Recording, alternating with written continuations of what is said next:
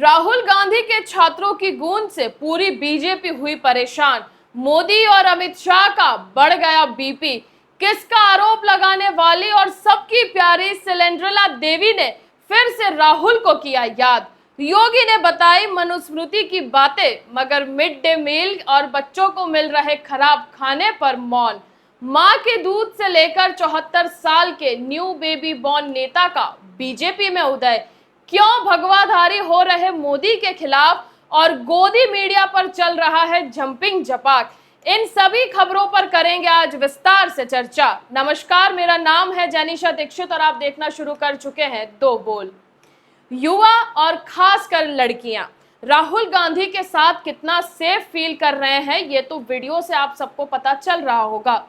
पुणे के शो के बाद जितने भी वीडियोस हमारे सामने आए जो ट्विटर पर वायरल हुए, उसमें आपने सबने देखा होगा कि हजारों की संख्या में बच्चे वहां पहुंचते हैं और राहुल गांधी का समर्थन करते हैं। उसके बाद एक वीडियो हमारे सामने आता है कि जिसमें एक लड़की राहुल गांधी को किस कर रही होती है और वो वीडियो तेजी से वायरल होता है और कुछ लड़कियां राहुल गांधी को हग भी कर रही होती हैं। तो ये सारी चीजें देखकर साबित होता है कि राहुल गांधी के साथ आज की जनरेशन बहुत ज़्यादा अपने आप को सेफ फील कर रही है और उन्हें लगता है कि उनकी समस्या का समाधान है वो राहुल गांधी के पास है। और देश का युवा राहुल गांधी से इसीलिए मिल रहा है, इसीलिए बात कर रहा है ताकि वो देश के सिस्टम में बदलाव ला सके, क्योंकि अब देश का युवा जो है वो बदलाव चाहता है। लेकिन छात्रों की गूंज से स्मृति ईरानी और वीएचपी को बहुत ज्यादा तकलीफों का सामना करना पड़ रहा है। उन्हें जो तकलीफ हो रही है वो कर ही रहे हैं।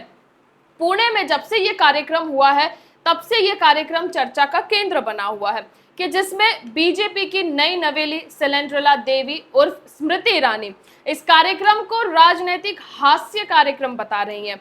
उन्हें लग रहा है कि राहुल गांधी कॉमेडी कर रहे हैं और बच्चे उनके पास जा रहे हैं इसलिए क्योंकि वो कॉमेडी शो चला रहे हैं, और वो शायद ये भूल रही है कि उनकी जो सरकार है वो बच्चों की बात सुनना नहीं चाहती है। और उनकी सरकार में जो शिक्षा मंत्री थे उसकी वजह से जंतर मंतर पर इतना प्रोटेस्ट हुआ और 20 जुलाई 2026 के दिन देश के भविष्य ने सड़कों पर लाठियां खाई हैं, पैलेट गन का सामना किया है और उन सभी विक्टिम्स के साथ जाके राहुल गांधी खड़े हैं और उनसे लगातार बातचीत भी कर रहे हैं। क्योंकि आज ही रिया आहिर ने एक इंटरव्यू में बताया कि राहुल गांधी उनके साथ तब से जुड़े हुए हैं जब से उनका एक वो वीडियो वायरल हुआ था और लगातार उनके खिलाफ हेट स्प्रेड किया जा रहा है, तब से राहुल गांधी उनसे लगातार बातचीत कर रहे हैं।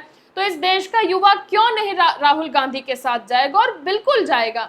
इसके बाद स्मृति ईरानी कहती है कि राहुल गांधी अगर सही में चाहते हैं कि महिलाओं की मदद करें और उनका उद्धार करना चाहते हैं तो महिला आरक्षण बिल को वो तुरंत लागू करने का समर्थन दें। ये बात सारे मीडिया हाउसेस कितनी बार बोल चुके हैं कि भाई आरक्षण को लेकर राहुल गांधी वो समर्थन नहीं कर रहे हैं, उनका विरोध कर रहे हैं, लेकिन ऐसा तो कुछ है ही नहीं। राहुल गांधी का जो विरोध है वो परिसीमन बिल को लेकर है, ना कि महिला आरक्षण को लेकर।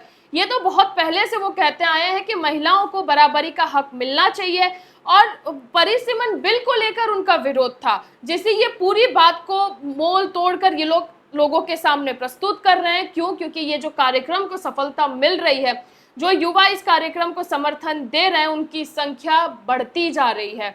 इधर युवाओं की संख्या का समर्थन बढ़ता जा रहा है और इधर बीजेपी की नींद हराम होती जा रही है, क्योंकि अब उन्हें लग रहा है कि बात उनके हाथ से निकल रही है। मैं ये कहूंगी बात उनके हाथ से निकल चुकी है।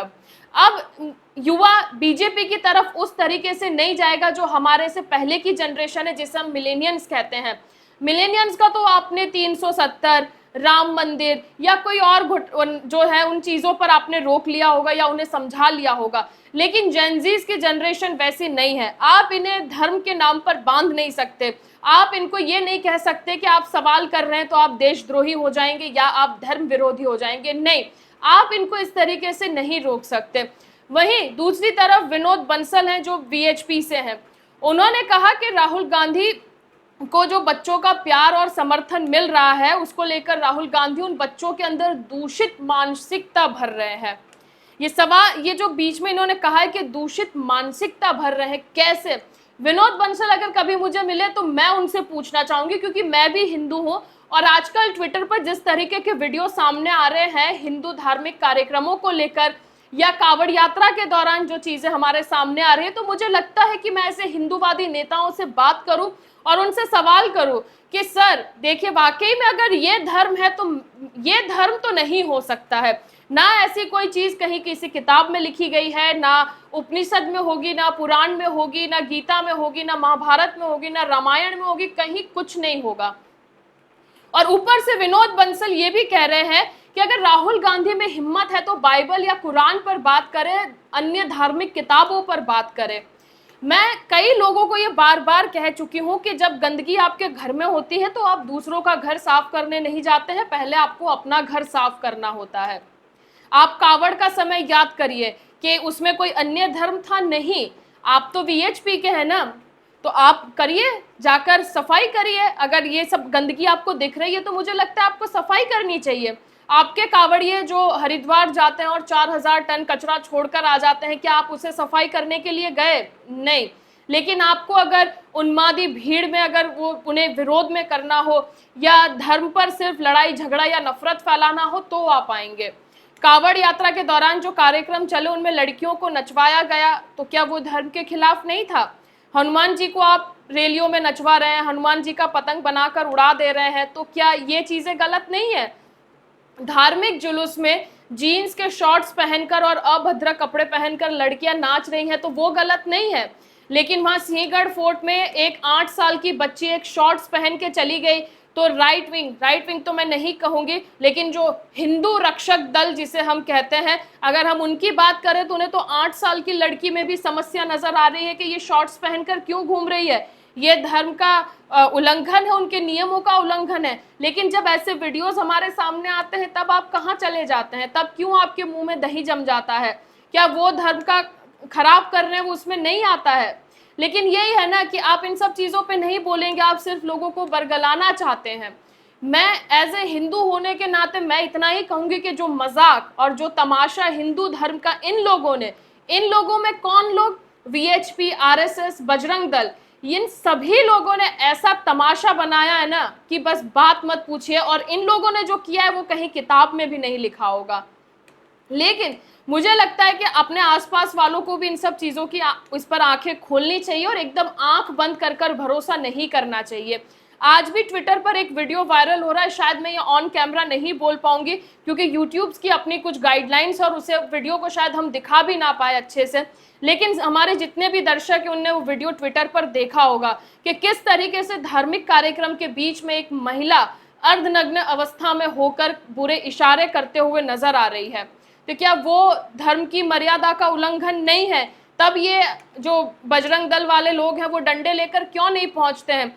किसी नवरात्रि जैसे कार्यक्रम में अगर कोई बाहर का व्यक्ति अगर गरबा खेलने भी आ जाता है तो इन्हें प्रॉब्लम हो जाती है, कॉफी पी लो तो इन्हें दिक्कत हो जाती है, किसी के साथ घूमते हुए पार्क में देख लिए जाओ तो प्रॉब्लम हो जाती है, वैलेंटाइंस डे पर कहीं जाकर बैठ जाओ तो बजरंग दल आ जाएगा। लेकिन बजरंग दल तब नहीं आएगा जब ऐसी लड़कियां खुले में नाच रही है। कल परसों के भी कुछ वीडियोस हैं कि जिसमें लड़कियां शॉर्ट्स पहनकर और आधे कपड़े पहनकर नाच रही हैं, तो इनको दिक्कत नहीं होती है। इनको ना बढ़ती महंगाई दिखाई देती है, ना इन्हें बच्चों की समस्या दिखाई देती है।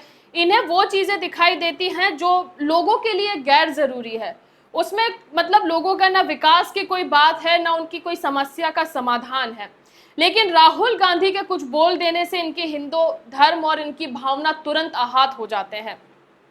इसी क्रम में मैं आपको एक और वीडियो दिखाना चाहूंगी, क्योंकि योगी भी इन सब चीजों में पीछे तो रहेंगे नहीं, क्योंकि जो पुणे में कार्यक्रम हुआ है उसको लेकर कैसे करके तो कवर अप करना है ना, लोगों को अपनी तरफ फिर से बुलाना है। और बीजेपी के पास तो सिर्फ एक ही एजेंडा है और वो है धर्म का एजेंडा। उसके अलावा आप उनसे कुछ पूछेंगे तो वो आपको नहीं बताएंगे।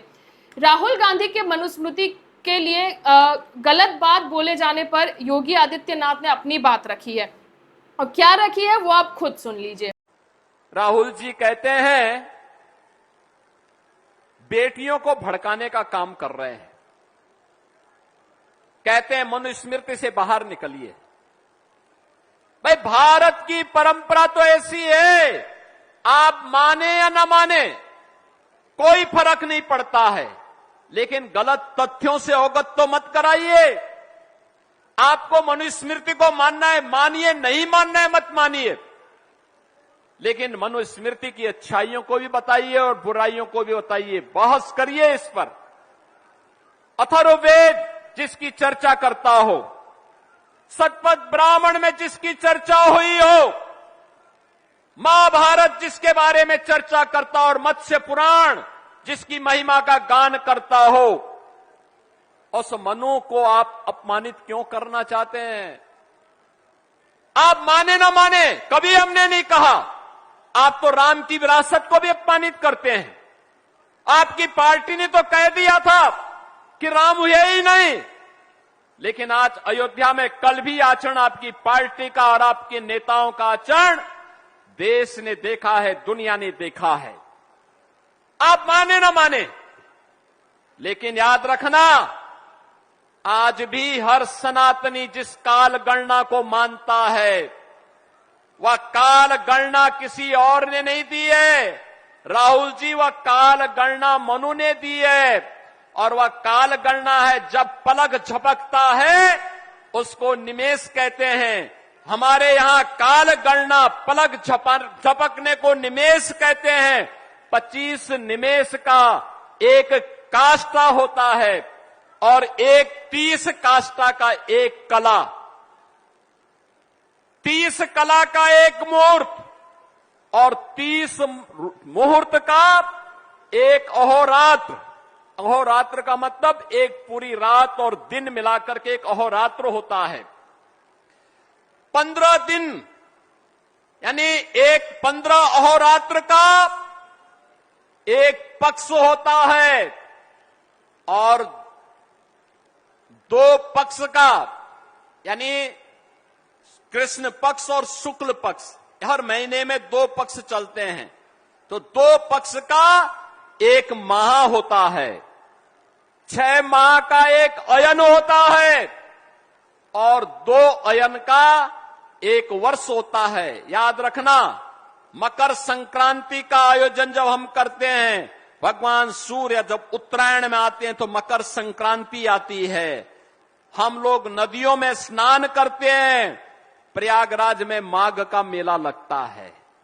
हम लोग जाते हैं, संगम में स्नान करते हैं, और भीष्म पितामह ने तो उत्तरायण आने के लिए अपने शरीर को सरसैया में वेदना में झेलते रहे, लेकिन उत्तरायण आने के बाद ही अपने प्राणों को छोड़ा था। ये 2 अयन का एक वर्ष होता है, और याद रखना, इससे बड़ी काल गणना दुनिया में नहीं। 43,32,000 वर्ष का एक महायुग हमने माना है, एक पर्याय माना है। 31 पर्याय को एक मनवंतर के रूप में माना है और 14 मनवंतर को एक कल्प के रूप में माना है।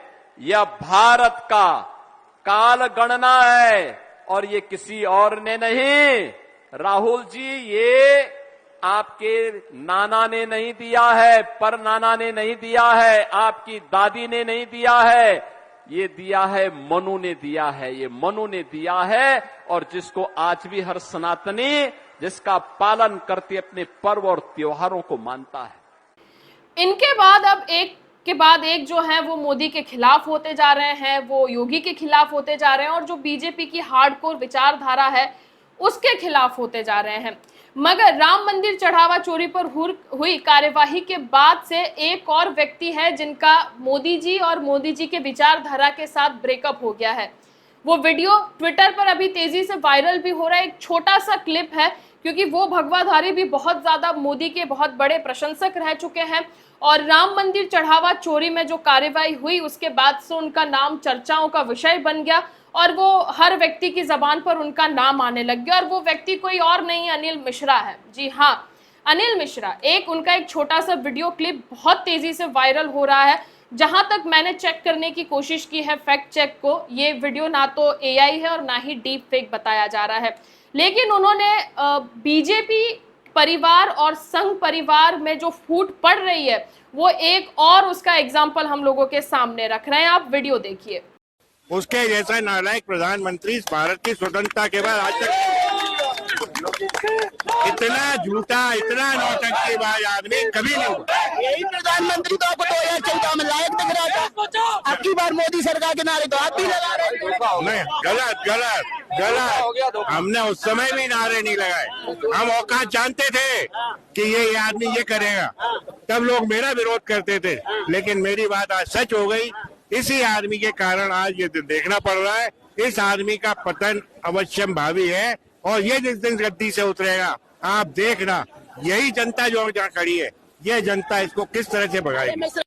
और इनकी फूट में और दरार डालने के लिए अभी एक लोगों की और कमी है, और वो और कोई नहीं है, वो इनके सर का दर्द है। जिन लोगों ने बीजेपी को बैकफुट पर आने पर मजबूर कर दिया था, वही लोग वापस आ रहे हैं। कौन? तो कॉकरोच जनता पार्टी। इन्होंने 5 सितंबर को फिर से पीसफुल प्रोटेस्ट के लिए कहा है, जिसमें इन्होंने लिखा है कि नेशनल वर्किंग कमेटी ने इस बात पर गंभीर शक जताया है कि भारत सरकार 25 जुलाई को युवा पीढ़ी के लिए अपने वादों को पूरा करने का इरादा रखती है कि नहीं। इसलिए एक शांतिपूर्ण विरोध मार्च बुलाया गया है, जो इंडिया गेट से शुरू होकर नई दिल्ली पुलिस हेडक्वार्टर तक जाएगा। इस विरोध प्रदर्शन को आत्महत्या करने वाले नीट स्टूडेंट्स के परिवार और 20 जुलाई को पुलिस की बर्बरता के शिकार जो लोग हुए थे उसमें उन सबको साथ रखा जाएगा और उनके पेरेंट्स को भी साथ रखा जाएगा। और इसमें एक शब्द का इन लोगों ने इस्तेमाल किया है कि सरकार ने हमारे साथ विश्वासघात किया है, क्योंकि लगातार ये खबरें सामने आ रही है कि जो सीजेपी में जुड़े थे उन लोगों के खिलाफ अब एफआईआर दर्ज होना शुरू हो गया है। और जब ये सीजेपी जब पीसफुल प्रोटेस्ट कर रहे थे और जब जंतर मंतर से सदन की तरफ मार्च हुआ था और जो जेपी नड्डा से मुलाकात हुई थी, उसमें जेपी नड्डा ने कहा था कि जो भी बच्चे इस प्रोटेस्ट में शामिल थे या जो भी थे उनके खिलाफ कोई भी एफआईआर दर्ज नहीं होगी, लेकिन फिर भी हुई। और उसी चीज़ को लेके अब फिर से 5 सितंबर को एक पीसफुल मार्च होने जा रहा है।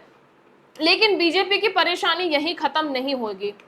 अभी इधर एक तरफ योगी की कुर्सी खतरे में है, उधर कॉकरोच इनके पीछे पड़े हुए हैं, दूसरी तरफ आरक्षण को लेकर अपर कास्ट इनसे चिड़े हुए हैं। एक को ठीक करते हैं तो 13 चीजें इनकी खराब हो जाती है। यूपी के डिप्टी सीएम की प्रेस कॉन्फ्रेंस के बाद एक जो राजनाथ सिंह का भी वीडियो वायरल हो रहा है कि जिसमें वो कह रहे हैं कि किसी के माई के लाल में इतनी हिम्मत नहीं है कि आरक्षण को खत्म कर दे। वो अपने मुख से ये खुद बोल रहे हैं, सुनिए आप इस वीडियो को। किसी माई के लाल ने दूध नहीं पिया है कि आरक्षण को समाप्त कर दे। आरक्षण के बारे में मैं कहना चाहता हूं, गुमराह कर रहे हैं हमारे विरोधी। मेरे बहनों भाइयों, मैं कहकर जा रहा हूं, किसी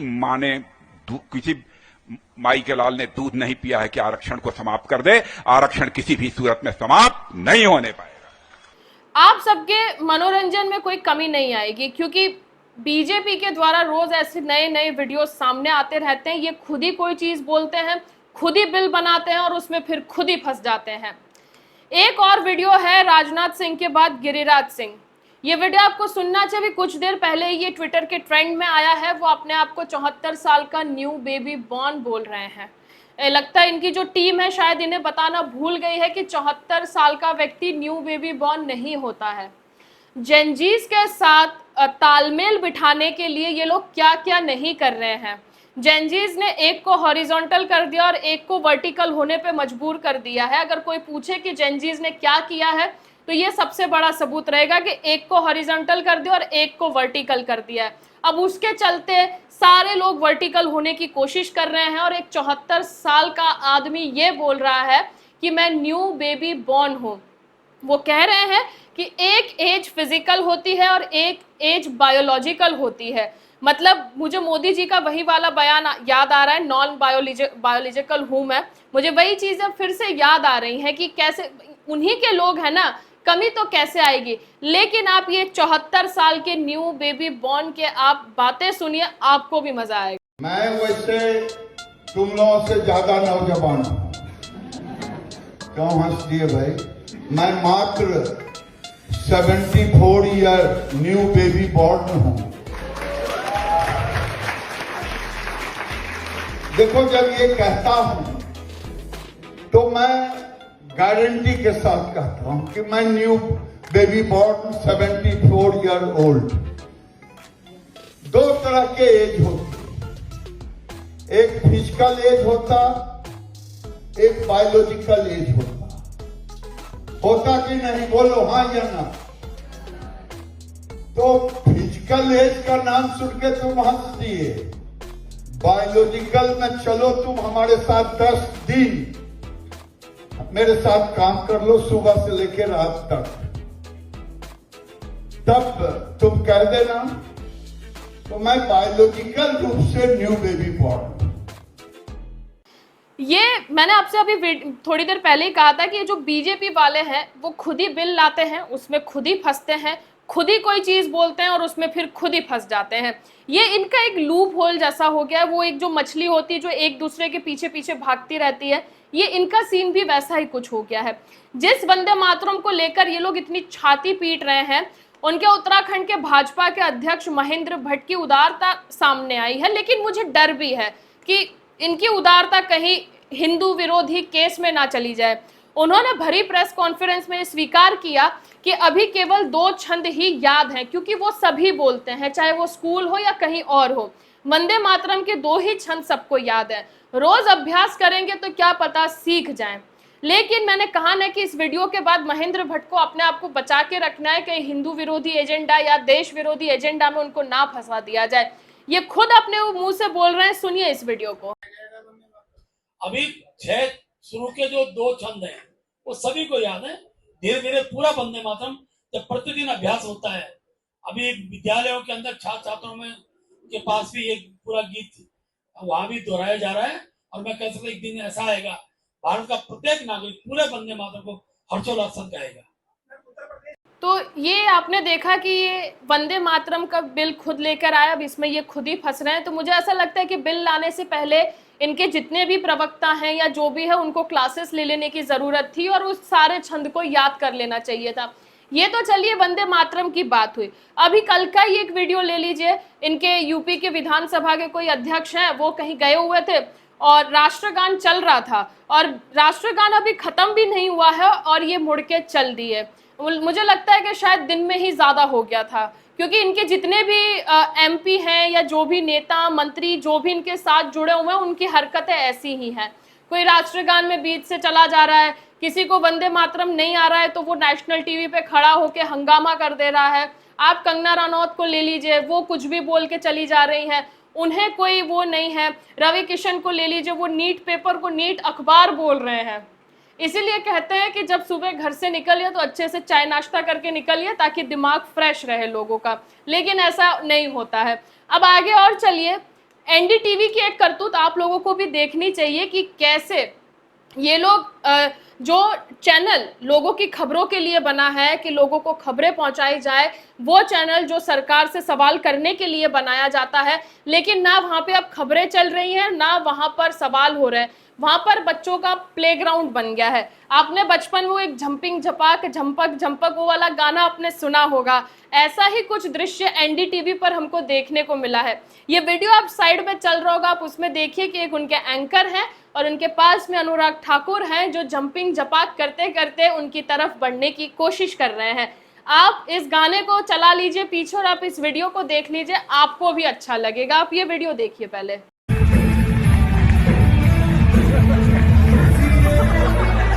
तो ये वीडियो के साथ आप गाना कभी भी जोड़कर आप देखिए। लेकिन पुणे में जब से राहुल गांधी का कार्यक्रम हुआ है, छात्रों की गूंज, और उसमें राहुल गांधी ने मनुस्मृति के एक श्लोक के एक छंद को लेकर जब उन्होंने पूरी बात रखी और महिला के इंडिपेंडेंट यानी कि उसके आजाद होने की जो उन्होंने बात रखी, उसके बाद से ये बहस छिड़ गई है।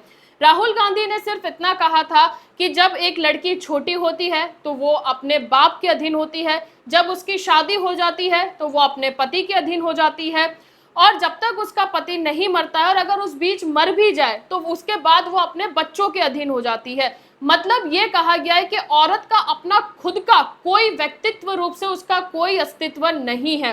Manusmriti which says in childhood a female belongs to her father, in youth she belongs to her husband, when her lord is dead she belongs to her sons. A woman must never be independent. This is a direct quote from the Manusmriti. And these words are a shame, because these words should never ever have been spoken. जिसके बाद से BJP के अंदर ये बहस छिड़ गई है। और साथ ही में राहुल गांधी ने ये भी यहाँ पर कहा था कि पेट्रियाल की थॉट्स, जो पेट्रियार्की को सपोर्ट करते हैं, योगी आदित्यनाथ का भी एक बयान आता है जिसमें वो मनुस्मृति का बखान करते हुए नजर आते हैं। उसके बाद से बीजेपी का हर एक नेता वो सामने आ रहा है। और मैं तो लोगों से यही कहूंगी कि ये अपनी सोच का जो उनका असली चेहरा है वो सबके सामने रख रहे हैं। महिला इंडिपेंडेंट क्यों नहीं हो सकती? इसमें तो बहुत एक आम सी बात है कि मनुस्मृति में इस तरीके का लिखा गया है जिसको बीजेपी वाले बहुत ज्यादा फॉलो करते हैं और उनकी हर बात में हमें मनुस्मृति दिखाई देती है, चाहे वो कास्ट के बेसिस पर हो, चाहे वो महिलाओं के लिए हो, चाहे वो किसी और चीज के लिए हो या फिर सामाजिक व्यवस्था के लिए हो। लेकिन ऐसा नहीं होता है। राहुल गांधी ने बस इस थॉट को ब्रेक करने की कोशिश की है। उन्होंने सिर्फ इतना ही कहा है कि महिला का एक अकेला होना भी उसका एक वजूद होता है। ऐसा नहीं है कि वो माँ है तो वो अपने बच्चों पर डिपेंडेंट रहेगी, पत्नी है तो वो अपने पति पर डिपेंडेंट रहेगी, या फिर जब तक वो अपने माँ बाप के घर पर है तो वो अपने माँ बाप पर डिपेंड रहेगी। नहीं, औरत अकेली भी हो सकती है और वो आजाद हो सकती है, वो अपने लिए लड़ सकती है, पढ़ सकती है, सब कुछ कर सकती है। तो राहुल गांधी की जो बात का मेन मोटो था वो ये था। लेकिन बीजेपी ने क्या किया है? बीजेपी ने उसे एक अलग नैरेटिव की तरह आपके सामने परोस दिया है और कहा गया है कि ये तो हिंदू विरोधी है। अरे आप खुद हिंदू विरोधी है। जब आप एक तरफ ये कह रहे हैं कि हम तो महिलाओं को सशक्त करना चाहते हैं, उनको आरक्षण देना चाहते हैं, उनके लिए हम सब कुछ सारी सुविधाएं करना चाहते हैं, तो आपको एक थॉट से इतनी प्रॉब्लम क्यों है? उन्होंने तो एक नॉर्मल थॉट रखा ना, जिसके बाद में बीजेपी ने पूरी अपनी जो आईटी सेल है, जो उनके नेता, प्रवक्ता, मंत्री सब राहुल गांधी की इस बात के पीछे पड़ गए हैं। और इसी बात पर सुप्रिया श्रीनेत ने भी एक ट्विटर पर वीडियो बनाकर डाला है जिसमें वो बीजेपी की इस दोहरी सोच की पोल खोल रही है। क्या कुछ कहा उन्होंने, सुनिए इस वीडियो में आप। मनुस्मृति पर बड़ी चर्चा है, तो मनुस्मृति में महिलाओं को सिर्फ दोयम दर्जे का नागरिक या पुरुषों पर निर्भर रहने वाला ही नहीं कहा गया। ऐसी तमाम वाहियात और घटिया बातें कही गई हैं जिसको सुनकर किसी भी औरत का खून खौल जाएगा। मनुस्मृति के 5वें अध्याय का जो 148 श्लोक है उसमें कहा गया है एक स्त्री को हमेशा अपने पिता के संरक्षण में रहना चाहिए, विवाह के पश्चात पति के संरक्षण में, और पति की मृत्यु के बाद उसे अपने बच्चों की दया पर निर्भर होना चाहिए। लेकिन किसी भी सूरत में एक महिला स्वतंत्र नहीं रह सकती है, यानी स्त्री के पास अपने बारे में भी मनुस्मृति के अकॉर्डिंग निर्णय लेने का कोई अधिकार नहीं है। मनुस्मृति में महिलाओं को शिक्षा प्राप्त करने का भी कोई अधिकार नहीं है। सिर्फ वही महिलाएं वेदों का अध्ययन कर सकती हैं जिनका यज्ञोपवीत संस्कार हुआ हो, यानी उच्च वर्ण की कुछ महिलाओं को छोड़कर किसी को भी शिक्षा लेने का अधिकार नहीं है। मनुस्मृति के 15वें नियम में कहा गया, और यह जरा ध्यान से सुनिएगा, महिलाओं का चंचल मन और स्वाभाविक हृदयहीनता की वजह से अपने पति के प्रति वो धोखेबाज हो सकती हैं, इसलिए उन पर निगरानी रखनी चाहिए। मनुस्मृति के 2 अध्याय में कहा गया है कि पुरुषों को उत्तेजित करना और उनको बहकाना महिलाओं का स्वभाव है। ऐसे में समझदार लोगों को महिलाओं के आसपास संभल कर रहना चाहिए। किसी भी पुरुष को अपनी मां, बहन या बेटी के साथ भी एकांत में नहीं रहना चाहिए, वरना स्त्रियों की वजह से पुरुषों का धर्म भ्रष्ट हो सकता है। मनुस्मृति में कहा गया है कि राजा धन और स्त्रियों की रक्षा करता है, मगर विपत्ति के समय वो दोनों का उपयोग कर सकता है, यानी स्त्री जो है वो कोई वस्तु है जिसका कि उपयोग किया जा सकता है। इसी मनुस्मृति में यह भी कहा गया है कि महिला को अपने माता, पिता या पति की संपत्ति पर कोई अधिकार नहीं है। अगर वो धन अर्जित करती है तो धन उसके पति या पुत्रों को जाएगा। यदि स्त्री के भाई हैं तो उसे माता पिता की संपत्ति में कोई हिस्सा नहीं मिलेगा। मनुस्मृति के 3 अध्याय में मनु ने महिलाओं की तुलना कुत्ते और सुअर से की है। उसने उसमें कहा है कि जब ब्राह्मण भोजन करे तब उन्हें किसी सुअर, मुर्गे, कुत्ते, किन्नर या महिला जिसको पीरियड्स हो रहे हो उसको देखना भी नहीं चाहिए। 3 अध्याय में यह भी कहा गया है कि उस महिला से विवाह ना किया जाए जिसके बाल और आंखें लाल हो, या एक ऐसी महिला जो नीच जाति की हो।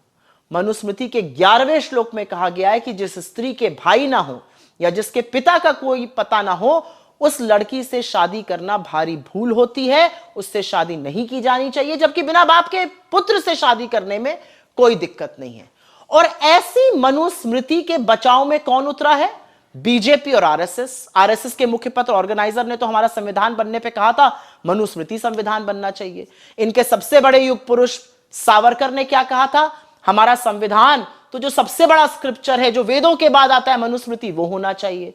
खुद उमा भारती जी मध्य प्रदेश की चीफ मिनिस्टर थी और उन्होंने कहा, उन्होंने मनुस्मृति की बड़ाई करी, राम माधव ने करी, बीजेपी वाले करते रहते हैं। सारी की सारी बीजेपी मैदान में उतरी हुई है मनुस्मृति की बड़ाई करने के लिए। अरे वो मनुस्मृति जो औरत को कुत्ते सुअर के साथ खड़ा करती है, उसकी बड़ाई आप कैसे कर सकते हैं? और कौन है वो जो औरतें जिनका खून नहीं खौल रहा है? ये सारी बातें सुनकर या देखकर जब Rahul Gandhi smash the patriarchy की बात करते हैं, तो वो ऐसी पेट्रियार्की को स्मैश करने की बात करते हैं जहां पर औरतों को एक वस्तु समझा जाए, जहां पर उनकी निर्भरता हो, जहां पर उनकी कोई इंडिपेंडेंट वजूद ना हो। उससे आपको दिक्कत नहीं है। और ये क्या बेवकूफी की बात है कि बाकी धर्मों की बात नहीं कर रहे, मनुस्मृति की कर रहे। आपको लगता है मनुस्मृति हमारा धार्मिक स्क्रिप्चर है? आपको लगता है मनुस्मृति हमारे लिए आराध्य है, हमें उसकी चर्चा की जानी चाहिए? भाई मनुस्मृति को बीजेपी वाले तो अपना संविधान बनाने को कहते हैं, तो उसी की चर्चा होगी ना। आपके अकॉर्डिंग तो जब राजा राम मनोहर रॉय सती प्रथा को खत्म कर रहे थे, तो कुछ ऐसे लोग हैं जो उनसे कहते हैं नहीं पहले बाकी धर्मों में कुरीतियां ढूंढिए फिर यह खत्म होगी। जिस कुरीति के बारे में जब बात की जाए वो कम है।